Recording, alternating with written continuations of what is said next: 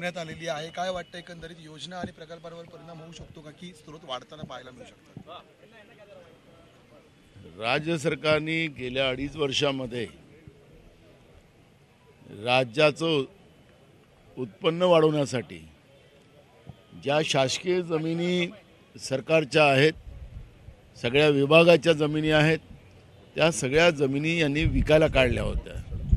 आता त्याच्यातल्या किती जमिनी आता वाचल्यात आणि पुन्हा उत्पन्न वाढवण्यासाठी राज्याची संपत्ती विकण्याचं काम सरकार करणार आहे का, हा एक प्रश्न आहे। 10 लाख कोटीच्या वर कर्ज या महाराष्ट्रावर या सरकारने लादलेलं आहे आणि दुसरा एक त्याच्यामध्ये या कर्जाच्या मुळे एक प्रश्न निर्माण होऊ शकतो की महागाई वाढवली जाईल आणि जनतेच्या खिशातले पैसे काढले जातील, अशा पद्धतीचे उत्पन्नाचे स्रोत यांचे वाढू शकतात। अशी परिस्थिती आज महाराष्ट्रामध्ये आहे। सरकारने ती भूमिका विधानसभेत स्पष्ट करावी की जनतेला महागाईतून त्यांच्या खिशातले पैसे काढणार का, राज्यातल्या प्रॉपर्ट्या शासनाच्या विकून उत्पन्न वाढवणार आहे का, हे सगळे प्रश्न आज जनतेच्या समोर आहे आणि आमच्याही समोर आहेत। आणि म्हणून या सगळ्या उत्पन्नाचे स्रोत वाढत असताना सरकारने विधानसभेत याचा खुलासा करावा, ही भूमिका आमची राहणार आहे। विदर्भाच्या भूमीत हे विदर्भावर न्याय मिळाला नाही असे लोक काल विदर्भाच्या अंतिम आठवड्या प्रस्तावावर मी स्वतः ती भूमिका मांडलेली आहे। आज सरकार उत्तर काय देतं, विदर्भाला भोपळा देतं की तोंडाला पानं पुसून जातं, हे आज सरकारच्या उत्तरामध्ये आपल्याला पाहायला मिळणार आहे। त्यामुळे आम्ही उत्तराची वाट पाहतोय। काल मी विदर्भाच्या अनुशेषाबद्दलची सगळी भूमिका विधानसभेत मांडली। योगायोगानं दुसऱ्यांदा देवेंद्र फडणवीस राज्याचे मुख्यमंत्री झालेले आहेत आणि त्याच्यामुळे त्यांनी पण अनुशेषाचे अनेक मुद्दे विरोधी पक्षात असताना उपस्थित केलेले होते। आता तेच मुख्यमंत्री आहेत, त्यामुळे ते आज काय उत्तर देतात त्याच्यावर आमचं लक्ष आहे। प्रकल्पग्रस्तांचं जे आरक्षण आहे ते रद्द करण्यात आलेलं आहे।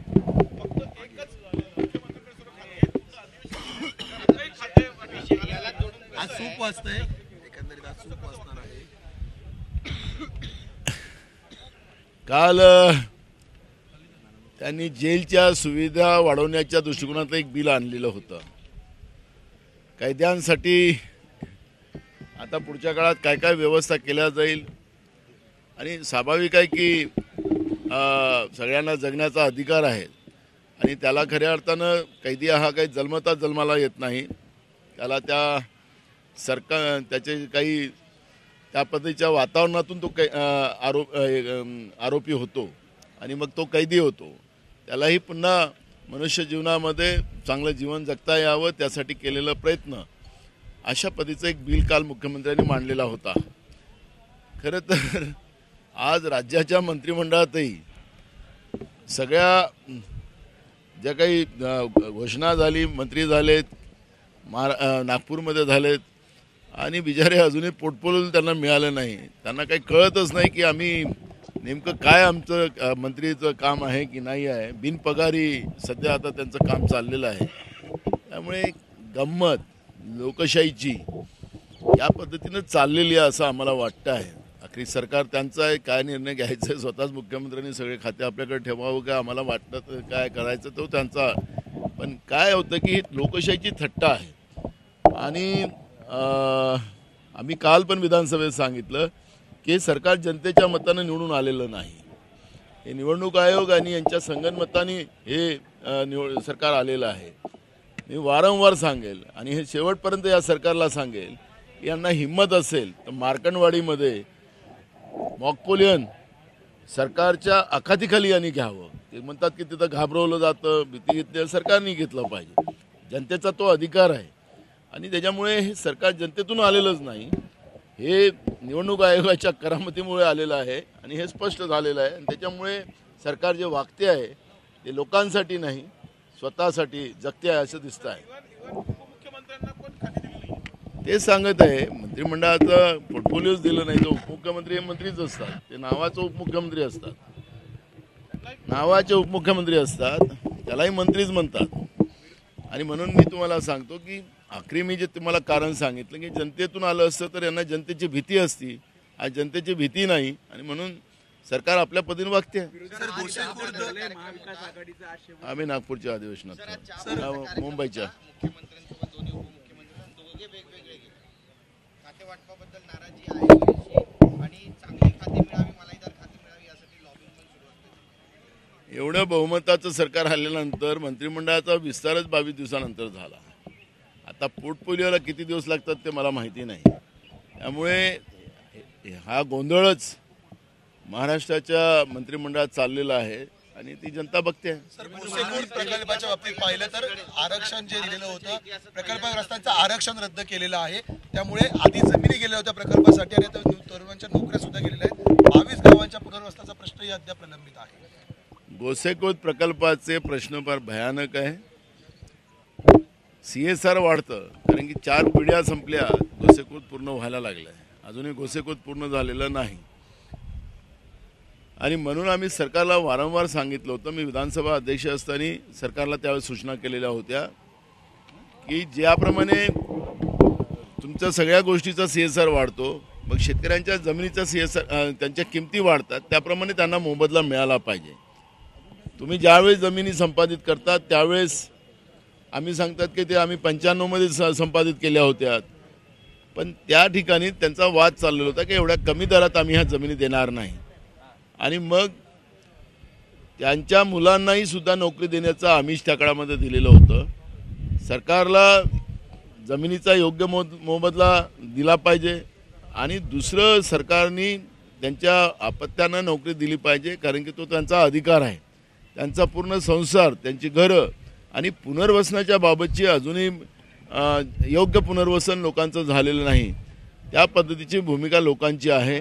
कालच गोसेखुर्दमध्ये महिलांनी त्या ठिकाणी पाण्यामध्ये उतरून दिवस आणि रात्रभर त्या पाण्यामध्ये राहिल्या, पण सरकारचं लक्ष वेधण्याचा त्यांनी प्रयत्न केला, पण सरकारला त्याचं घेणे देणं नाही.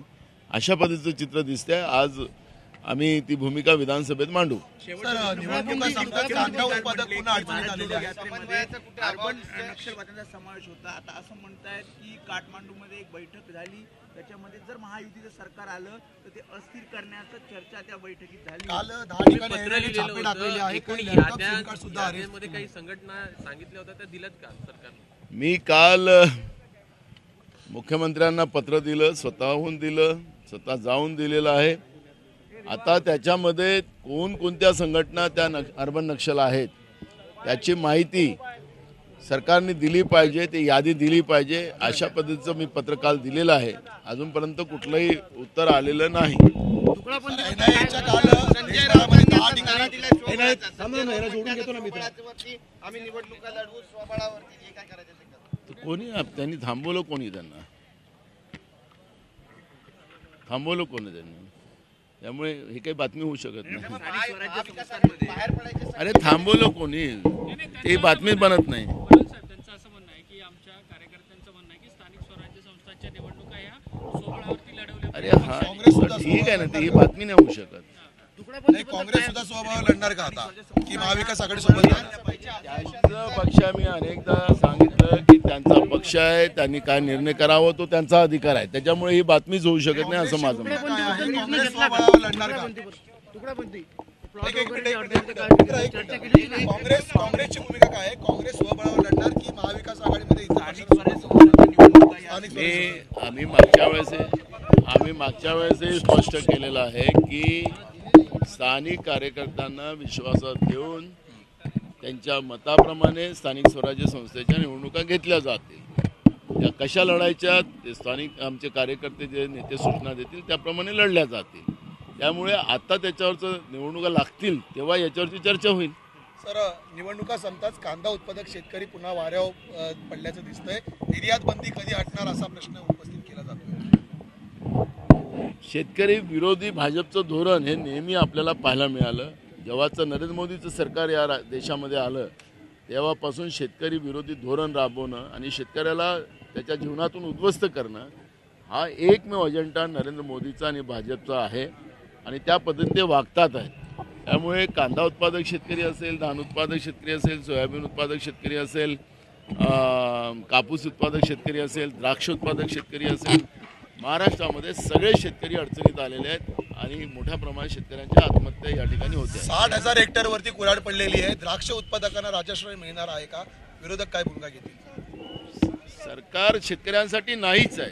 त्याच्यामुळे आता सरकार आज काय उत्तर देतं आज, कारण की आम्ही कालच्या अंतिम आठवड्या प्रस्तावामध्ये हे सगळ्या भूमिका आम्ही मांडलेल्या आहेत. त्यामुळे आज सरकार शेतकऱ्यांसाठी काय देते आहे आश्वासन नाही, ती पूर्तता कशी करणार आहे त्या पद्धतीची भूमिका सरकार काय म्हणते त्याच्यावर आमचं लक्ष आहे. माओवादी संघटनांच्या वेगवेगळ्या 10 ठिकाणी छापेमारी झालेली आहे. NIA ची छापेमारी झालेली आहे. त्याच्यामध्ये काही सिम कार्ड लॅपटॉप जप्त केलेले आहेत.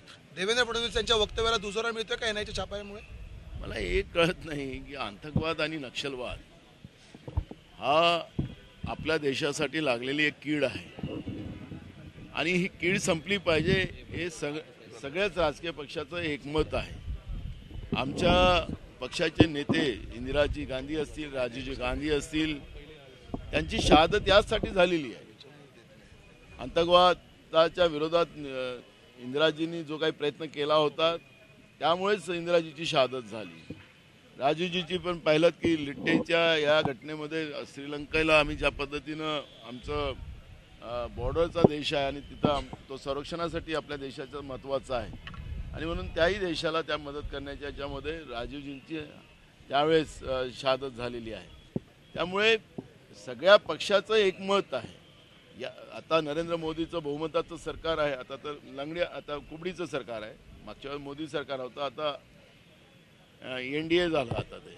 तर म्हणून माझा मुद्दा एक असा आहे की या सगळ्या गोष्टी संपुष्टात आल्याच पाहिजेत. आतंकवाद नक्षलवाद हा आमच्या देशासाठी लागलेली कीड आहे. ही कीड संपली पाहिजे. त्याला काही नवीन काय